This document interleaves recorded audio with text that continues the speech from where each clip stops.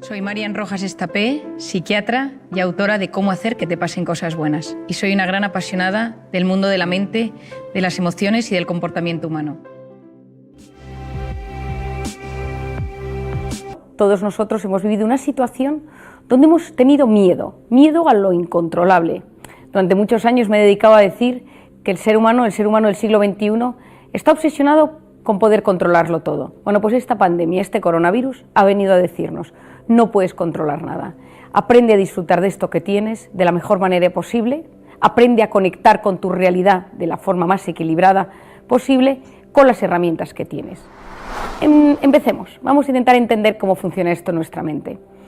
Si yo estoy de repente voy andando por la calle y de repente me atraca alguien y me dice la cartera, el dinero, las llaves del coche, automáticamente todo mi organismo se pone en marcha porque recibe una amenaza y el estado de alerta del organismo se activa y se segregan en ese momento dos hormonas, la adrenalina, conocida por todos, y el cortisol, que es una hormona que quizá a algunos ya os vaya sonando. Son las dos hormonas principales que se ponen en marcha en los momentos de amenaza. Esas dos hormonas van a cambiar todo mi organismo. Voy a empezar con las conocidas taquicardias, porque empiezo a movilizar la sangre por todos mis tejidos, taquipnea, esa necesidad de meter aire, meter oxígeno, para que las células de mi sangre estén mejor nutridas, se empiezan a movilizar las grasas y tengo un pico de azúcar para poder tener energía dentro de mi organismo. Todo eso pasa en ese instante. Puede ser que salga corriendo, que me atraque el ladrón, que le dé todo y me quede con un susto en el cuerpo.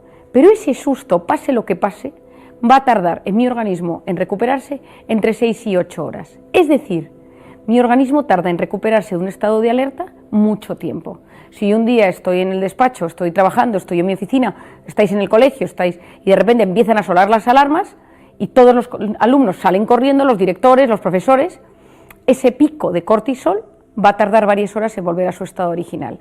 Pero si de repente todos esos niños están saliendo del colegio y de las aulas y uno de los profesores dice: ¡ay, pero si es una falsa alarma, aquí no está pasando nada!, solo por haber empezado y activado el sistema de alerta, ese cortisol se va a mantener en nuestra sangre durante varias horas. ¿Por qué es esto tan importante? Imaginémonos que ese día que nos atracaron íbamos caminando por las calles de París y uno debe volver a París un mes más tarde y tiene que volver a pasar por esa calle donde sufrió el atraco. Solo con empezar a caminar en esa calle va a empezar a sentir un cierto miedo, un cierto temor, es decir, su organismo se va a activar en modo alerta como el día que fue atracado. Y aquí viene la primera idea fundamental que quiero transmitiros hoy. Mi mente y mi cuerpo no distinguen una amenaza real de una amenaza imaginaria. Ante algo físico real que me sucede o algo imaginario, se activan los mismos mecanismos de alerta y de alarma en mi cuerpo. Tengo COVID, miedo, cortisol y todo lo que ello significa. ¿Y si tengo COVID? ¿Y si mi hijo tiene COVID? ¿Y si mi colegio? ¿Y si mis padres?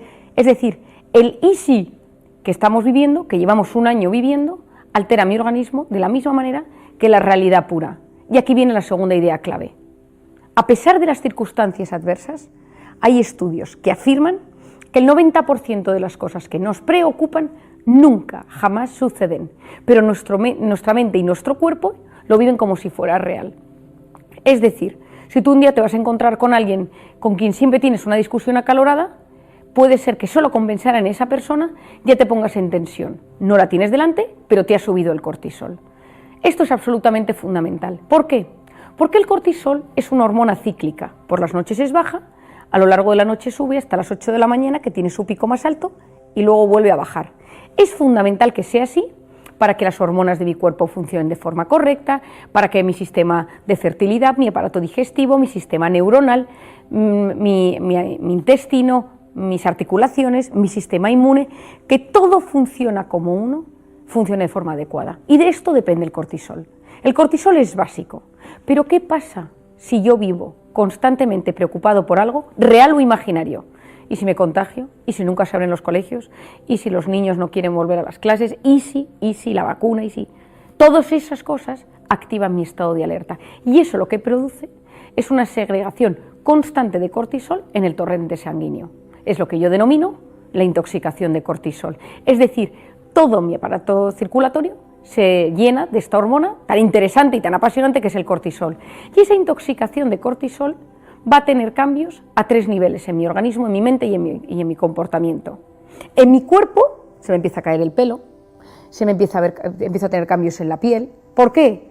Porque cuando mi organismo está en estado de alerta, en estado de miedo, en estado de amenaza, lo que hace es utilizar sus recursos para hacer frente a ese desafío.